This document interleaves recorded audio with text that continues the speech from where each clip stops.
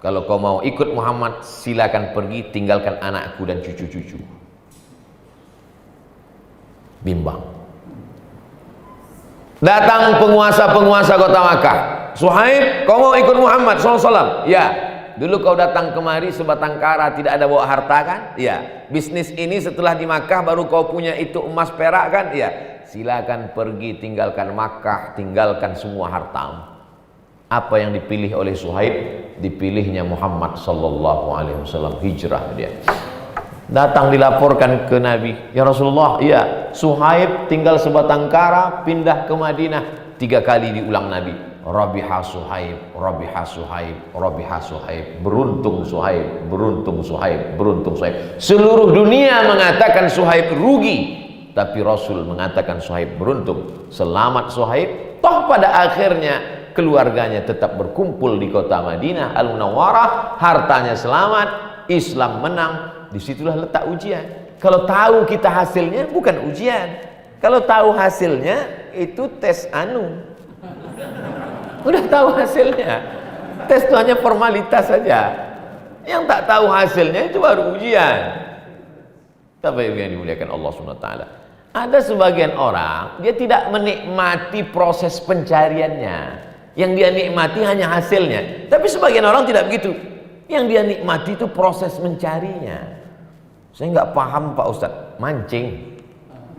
Ada orang tidak menikmati. Apa itu susah-susah? Pergi lagi sewa mobil, sampai di pantai nanti sewa speed, lalu pergi ke tengah pakai guide, nyari umpannya lagi. Itu apa? Mendingan touchscreen. Pergi ke rumah makan, tunjuk, ini 1 piring, ini 2, ini, selesai, makan, apa susah. Tapi sebagian orang tidak begitu. Dia menikmati itu, dipukul ombak, diempas gelombang di tengah laut, mancing, menarik ini. Coba tengok bule-bule orang barat yang mancing, menarik ikannya, begitu udah dapat, dilepas lagi. Kenapa? Karena yang dinikmatinya itu adalah prosesnya. Begitu juga dengan hidup ini. Berapa banyak kita lihat, setelah dapat, nggak ada apa-apanya, rasanya biasa aja. Dulu Pak Haji, saya tulis itu di laptop. Nanti kalau sudah selesai aku kuliah ini, mau ku buat kartu nama sepanjang amplop. Datuk Sri Ulama Setia Negara Profesor Dr. Abdul Somad LC MA PhD. Sampai sekarang saya tak punya kartu nama. Ternyata sebelum dapat tuh aja kita bercita-cita. Setelah dapat tetap aja UAS, ujian akhir semester. Jadi sebetulnya sama juga makanan. Orang kan kalau mau buka puasa melihat makanan itu semua mau ditelan ya rasanya. Tapi begitu masuk sebutir kurma, seteguk 2 teguk air, Allahumma lakasumtu dhahabal dhama'u wa batallatil uruq wa thabatal ajru, hilang. Habislah dunia beserta isinya. Cuman sampai sejengkal di tenggorokan ini saja. Itulah hawa nafsu. Habis. Tumpah setetes madu, manis, datang semut. Semut mulai mencicipi madu. Itu di ujung kepala semut ada 2 tongkat dikasih Allah Ta'ala. Itu yang dipakai semut untuk meraba. Kenapa? Karena mata semut rabun dan tak ada kacamata semut. Dipakainya 2 tongkat untuk meraba, dirabanya, dicicipinya, manis. Mulailah kakinya masuk, terjebak kaki semut ke dalam madu seperti lem merekat. Akhirnya semut tertarik, mati semut di dalam setetes madu. 2 pesawat dah Pak Haji, 3 pesawat stop kita. Mati seekor semut dalam setetes madu karena ingin mencicipi manisnya madu. Mati dia di dalam. Tak berapa lama datang semut yang lain. Adakah semut yang lain mengambil iktibar pelajaran? Tak ada. Adakah semut yang lain itu datang nengok? Lalu ditengoknya, mati juga kita ujungnya. Lalu dia kasih tahunya kepada yang lain, wahai semut-semut yang lain, lihatlah saudara kita. Enggak, dia pun ingin juga mencicipi. Akhirnya kering madu itu karena bangkai-bangkai semut. Mati semua. Ini dapat ustaz dari hadis? Enggak, dari grup WhatsApp. Betapa dunia ini manis, dan banyak orang yang tenggelam di dalam manisnya dunia itu. Oleh sebab itu, tapi saya tak setuju setelah pengajian ini Pak Haji, Bapak Ibu semua udahlah, kita tak mau lagi tenggelam, kita tinggalkan aja dunia ini. Jangan, nanti diambil orang. Ambillah dunia ini, tapi bukan tujuan. Dia hanya sebagai jembatan menuju akhirat. Alhamdulillah, dengan dunia bisa membangun masjid. Alhamdulillah, dengan dunia bisa membuat tablik akbar pengajian. Dengan dunia bisa membuat pondok tahfiz Quran hafal anak-anak. Dengan dunia bisa mengirim dai-dai ke pelosok kampung desa tertinggal suku terasing. Dunia jangan jadikan sebagai tujuan. Dunia balaghun ilal akhirah. Dunia itu hanya jembatan penyampai menuju akhirat. Laisa bi khairikum man taraka dunyahu li akhiratihi. Orang yang baik bukan yang meninggalkan dunia untuk mendapatkan akhirat, wala akhiratahu li dunyahu, bukan pula meninggalkan akhirat demi dunia. Liusima minhuma jami'an, dapat dua-duanya. Wabtaghi fima atakallahu ad-daral akhirah. Carilah akhirat. Tahajud sebanyak-banyaknya, duha sebanyak-banyaknya. Wala tansa nasibaka minad dunya. Jangan sampai lupa kau hidup di dunia.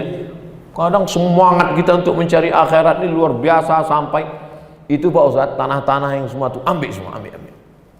Pas dicek di BPN rupanya bermasalah. Ambil semua Pak Ustadz. Pernah terjadi itu pada zaman Nabi, ya. Anakku cuma satu perempuan ya Rasulullah. Itu hartaku itu semua, ambillah semua. Kata Rasulullah, lah. Nabi tak mau ambil semua. Kalau tak mau ambil semua, asyatru, ambil setengah 50%. Kata Nabi, lah. Kalau kau tak mau semua, as-sudutsu, ambil sepertiga. Kata Nabi, as-sudutsu katsir, sepertiga pun banyak.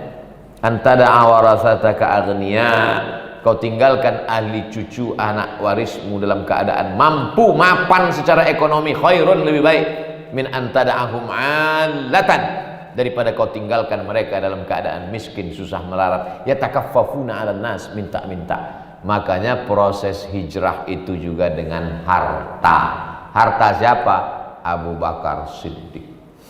Sewa gaet, Ibnu Uraiqid namanya, sewa onta, biaya perjalanan makan, nanti mau membeli tanah di kota Madinah, dimasukkan emas itu ke dalam kain, masukkan emas ke dalam kain. Ditanya oleh Abu Quhafah. Abu Quhafah itu ayah Abu Bakar. Abu Bakar bin Abi Quhafah. Abu Quhafah tak Islam, waktu hijrah itu belum Islam. Mana ayahmu Asma? Ayah pergi hijrah. Oh, habislah emas itu dibawa Muhammad ya. Dia benci dengan Muhammad SAW. Habislah emas ayahmu itu dibawa Muhammad pergi ya. Kata Asma, tidak kakek, masih ada. Mana emasnya kalau memang masih ada? Diambil Asma batu, dimasukkannya ke kain. Peganglah, dipegang sama kakek. Oh iya masih ada. Abu Quhafah ini buta, tak bisa nengok. Nah, dipegangnya. Oh iya masih ada. Padahal emas sudah habis, batu yang ada dalam. Itu menunjukkan bahwa emasnya itu sebongkah. Kalau cuma 1 gram, mana tak terasa. 1 gram. Makanya kata Nabi, la tasubbu ashabi. Jangan kau caci maki sahabatku. Lau anfaqa ahadukum mithla Uhudin zahaban. Ada di antara kalian ini yang bersedekah emas sebesar bukit Uhud, tak sampai setengah tapak tangan Abu Bakar Siddiq. Karena kalian bersedekah zaman aman, damai. Abu Bakar bersedekah pada saat aman, sangat sulit. Dan sebab itu hari ini ada kelompok yang mencaci maki Abu Bakar. Siapa dia? Syiah. Hati-hati. Kita tetap berpegang kepada Ahlus Sunnah wal Jamaah. Nanti Ustadz Faisal itu bertanggung jawab melawan kelompok Syiah. Karena dia dari Karachi. Karachi dulu pernah berkonflik banyak. Kalau saya memang tak pernah di tempat yang berkonflik dengan Syiah. Mesir Ahlus Sunnah, Maroko Ahlus Sunnah, Sudan Ahlus Sunnah. Maroko paling keras. Ketika ketahuan duta besar Iran menyebarkan Syiah, langsung ditutup kedutaannya. Maroko itu luar biasa.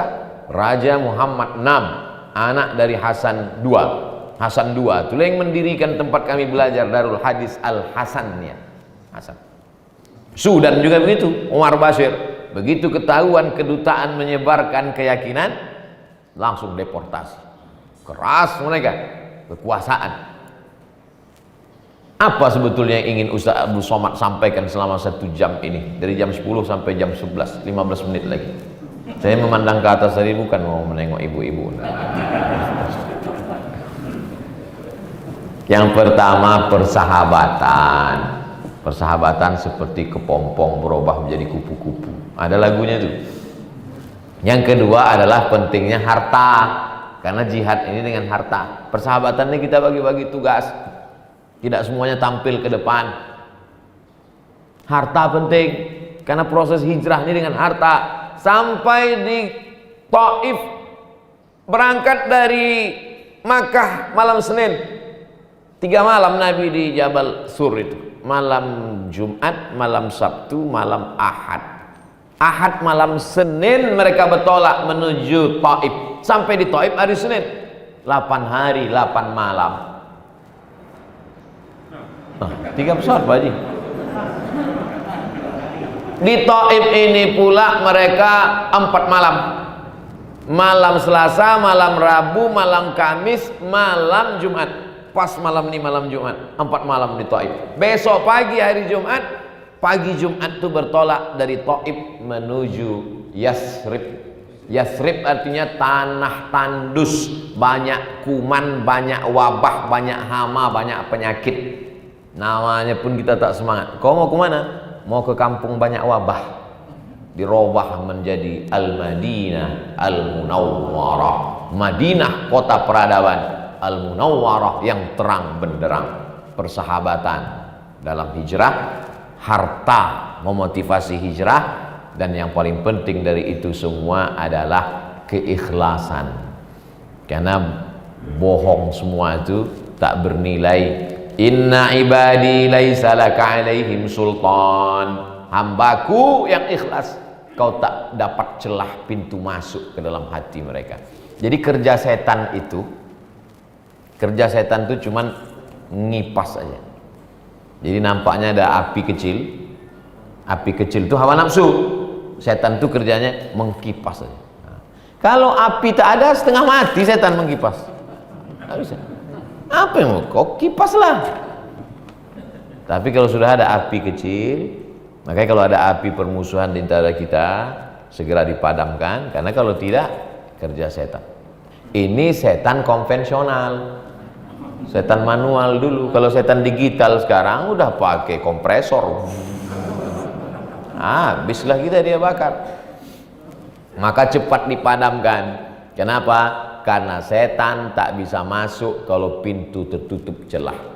La'atiyannahum min baini aidihim, aku akan datang dari depan, wa min khalfihim dari belakang, wa an aimanihim dari kanan, wa an syama'ilihim dari kiri. Depan, belakang, kanan, kiri tak bisa, masuk dia dari tengah. Alladzi waswisu fi sudurin nas.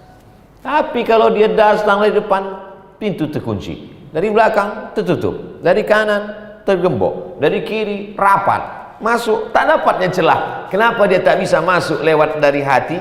Karena hati itu dipenuhi dengan afdalul zikri fa'lam annahu la ilaha illallah. Itu maka geleng kepala itu pas Allahnya itu ke kiri, la ilaha illallah. Bukan asal-asal geleng aja itu. Ini banyak orang zikir ini geleng, orang geleng pula dia. Apa yang kau gelengkan? Entahlah, aku tengok geleng-geleng pula. Bapak Ibu yang dimuliakan Allah Subhanahu wa taala, maka makin kita berjamaah, banyak kajian dari nanti disampaikan. Ikuti aja pengajian tentang hijrah ini, siapapun dia ustadznya, dengarkan. Ustaz Abdul Somad menggali 3 aspek: persahabatan, pentingnya harta, dan keikhlasan. Mudahan 3 ini dapat kita amalkan. 1442 lebih baik daripada 1441. Doakan juga Abdul Somad tetap bersahabat dengan jamaah dengan baik, tetap mencari duit untuk kebaikan-kebaikan dakwah fakir miskin, anak yatim, pondok pesantren, harta, dan tetap dijaga Allah hati supaya ikhlas.